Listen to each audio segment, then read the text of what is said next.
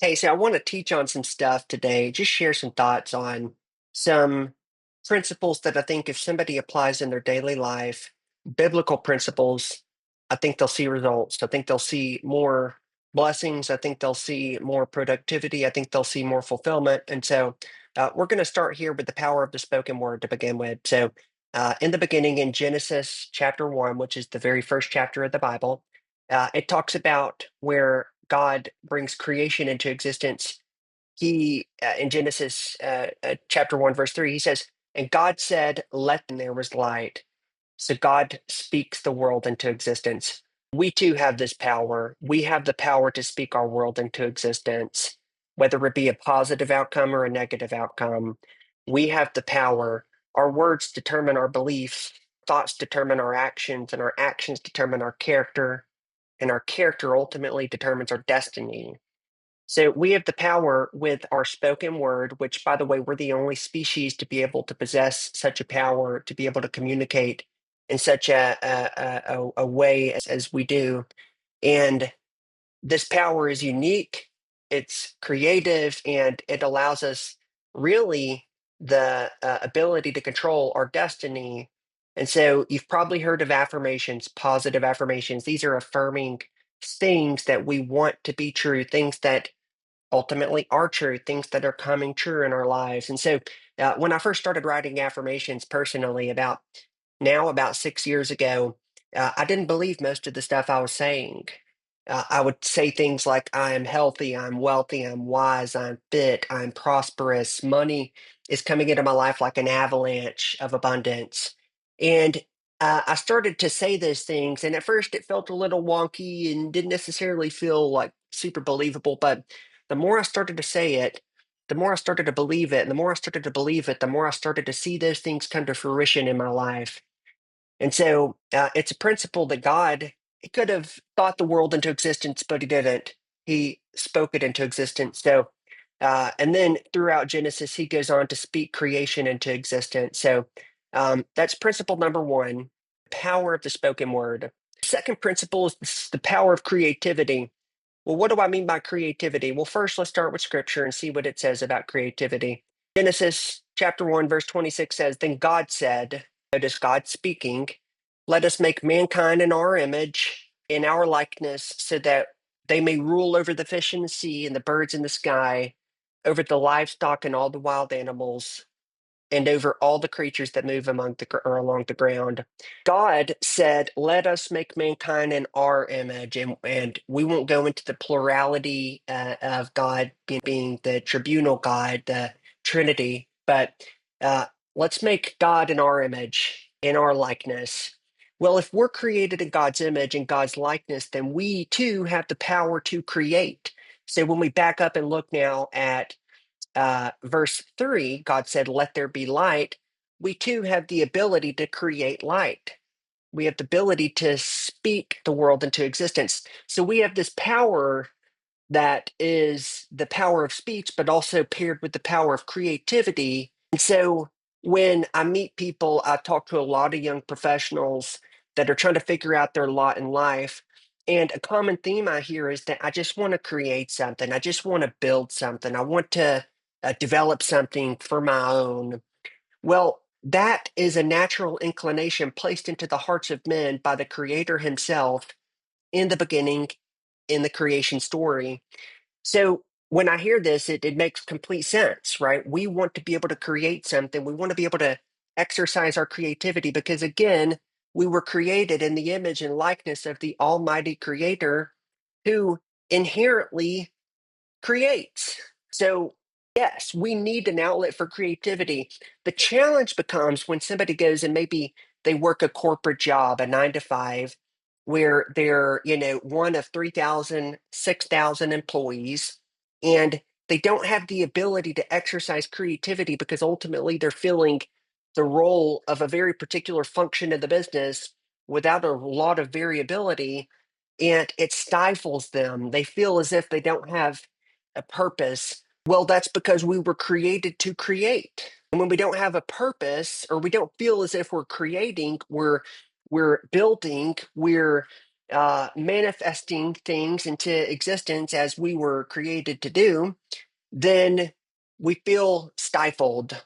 I've heard somebody say that it feels almost as if, and this is kind of a comment towards high performers, but that I'm a stallion stuck on this hamster wheel and I can't seem to get to go anywhere.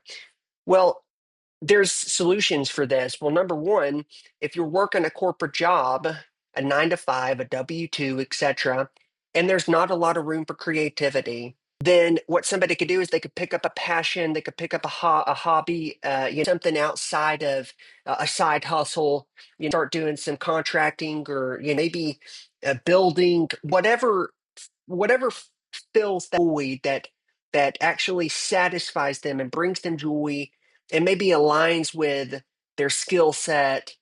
Then that's an outlet for them to actually exercise their creativity and fulfill their God-given potential, right?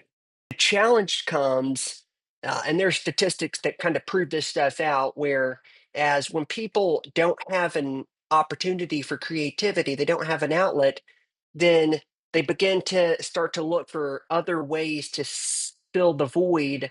And that's what leads to alcoholism. That's what leads to drug addiction, and the like. Uh, there was a part of a time in my life before I knew my creator, before I'd given my life to the Lord, that I too sought fulfillment in all the wrong places because I ultimately hadn't discovered my passion, my creativity, an opportunity for me to be able to exercise the creative freedoms that I was given at birth, at creation. So the power of creativity, this one's one I could harp on, but it's so important for somebody to have a way to express that, because if they don't, it'll express itself in negative ways, which ultimately is not productive for anybody. And so the last principle, the power of multiplication. So if we continue through Genesis, so God created mankind as in his own image. In the image of God, he created them, right? So that's their power of creativity. It says God blessed them and said to them, be fruitful and increase in number. Be fruitful, the first command, means to produce fruit, means to produce something that others can't, that serves others, right? The apple isn't produced for the tree. Let me repeat that. The apple itself is not produced for the tree. So create fruit, create production, create something for others, be fruitful, and increase in number. Well, this is another biblical mandate we won't go into, but this is the mandate to to create a family, to multiply, etc. Fill the earth and subdue it. Rule over the fish in the sea and the birds in the sky and over every living creature that moves on the ground. God blessed them and said, "Be fruitful and increase in number. Be fruitful." That's where I want to wind up here. So the power of multiplication. Why did I call it multiplication? Well, if you take an apple seed and you put it into the ground, and that ground happens to be fertile soil, and the seed takes root, well, first and foremost, we could extract a lot from that. The seed has to cease becoming a seed or cease being a seed in order to accomplish what it was meant to accomplish. Meaning, if you're stuck in life where you're at, and you can't figure out how to get to the next level, it's because your identity is the seed. You need to relinquish that identity to be able to take root and then to be able to pursue something worthwhile, or in this case, to be able to grow a tree. So the seed, the single seed, turns into a tree that produces lots of fruit, and each piece of fruit contains a lot of seeds, and the seeds go on to multiply. So there's the power of multiplication. Right. I think it was Buffett who said that the eighth wonder of the world is the power of compounding. Well, the power of compounding is simply a biblical principle extracted from the power of multiplication, which comes from the command in Genesis here to be fruitful. Right. So in our lives, we are supposed to multiply, we're supposed to increase. We are not supposed to land in some type of position, some type of opportunity to have a job or a business and not grow it. We're either growing or we're atrophying. We're either bringing forth more life or we are approaching death. Right there's no stagnation. We are growing or we are decaying. And so the power of multiplication is so important because when combined with the power of creativity, It illuminates the mandate that we're supposed to create, and we're supposed to create and multiply. We're supposed to produce fruit. We're supposed to produce results. We're supposed to produce services and goods that help other people.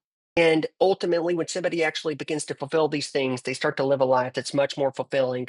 When my eyes stopped, when my attention went from me to you, I became less conscious of me, and the less conscious I am of me, the more conscious I, or the really the closer I am to God, right? Why is the little child so lovable? Why are they so full of joy? Why are they so persistent? Why do they not care? Why do they run around and enjoy and explore curiosities and their creativity? Why do they do these things? Well, because they don't have the self consciousness that we naturally develop. And so they can live in a state that's just more naturally joyful. So uh, I'll wrap it up with this: God bless them. It's a blessing to be fruitful.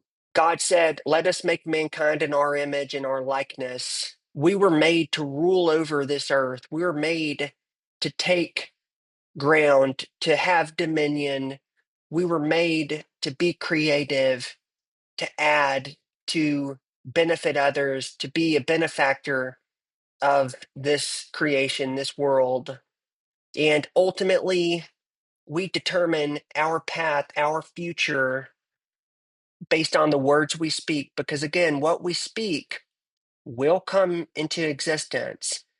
Now, again, people might hear this and say it's a little hokey, but give it a shot. Look up some of the statistics. In fact, we could even search the spoken word rice experiment.